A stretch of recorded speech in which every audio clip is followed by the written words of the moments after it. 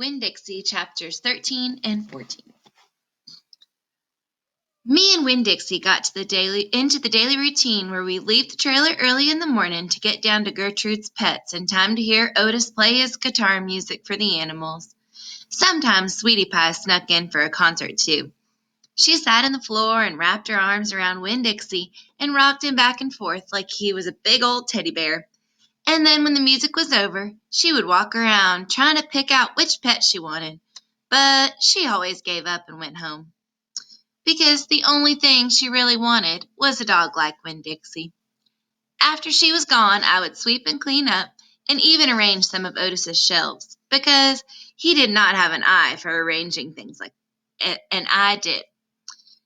And when I was done, Otis would write down my time in a notebook and he marked on the outside, 1 red leather collar, 1 red leather leash.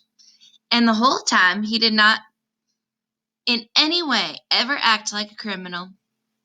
After working at Gertrude's Pets, me and WinnDixie would go over to the Herman W. Block Memorial Library and talk to Miss Franny Block and listen to her tell us a story. But my favorite place to be that summer was in Gloria Dump's yard. And I figured it was WinnDixie's favorite place to be too, because when we got to the last block before her house, WinnDixie would break away from my bike and start to run for all he was worth, heading for Gloria Dump's backyard and his spoonful of peanut butter. Sometimes Dunlap and Stevie Dewberry would follow me.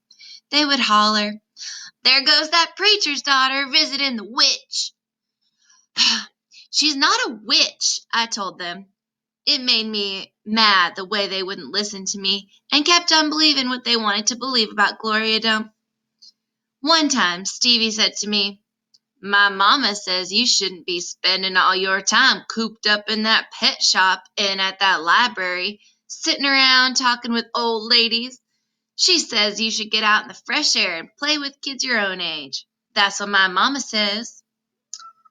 "Ugh, lay off her," Dunlap said to Stevie. Then he turned to me. "He don't mean it," he said. But I was already mad. I shouted at Stevie.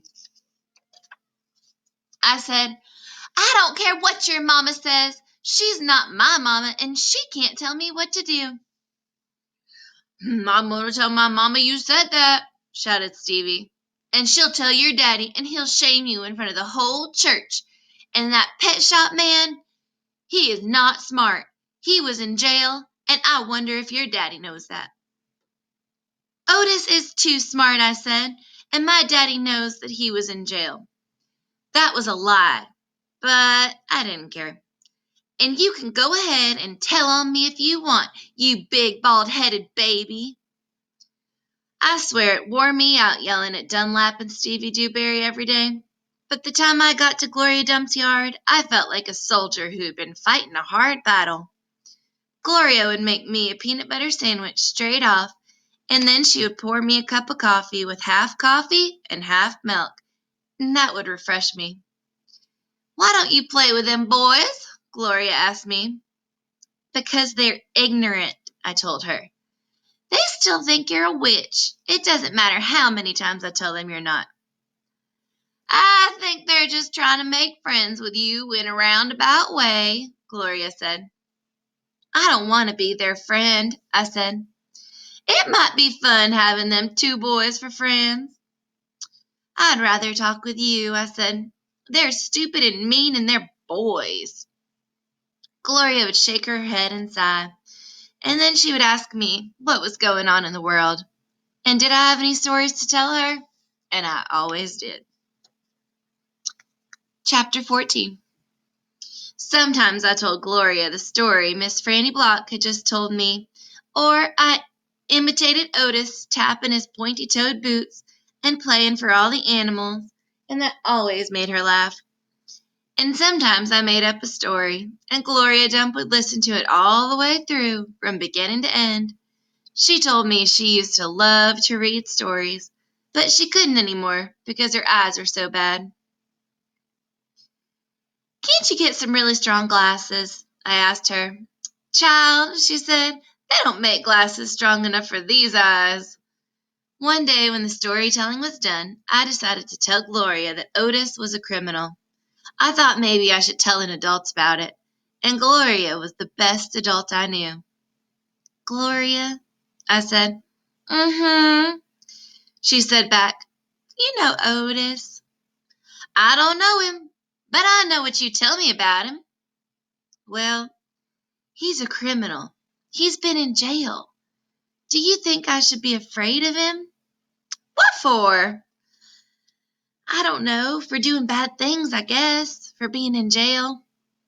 Child, Gloria said, let me show you something. She got up out of her chair real slow and took hold of my arm. Let's the two of us walk all the way to the back of this yard. Okay, I said. We walked and WinnDixie followed right behind us. It was a huge yard, and I had never been all the way in the back. When we got to the big old tree, we stopped.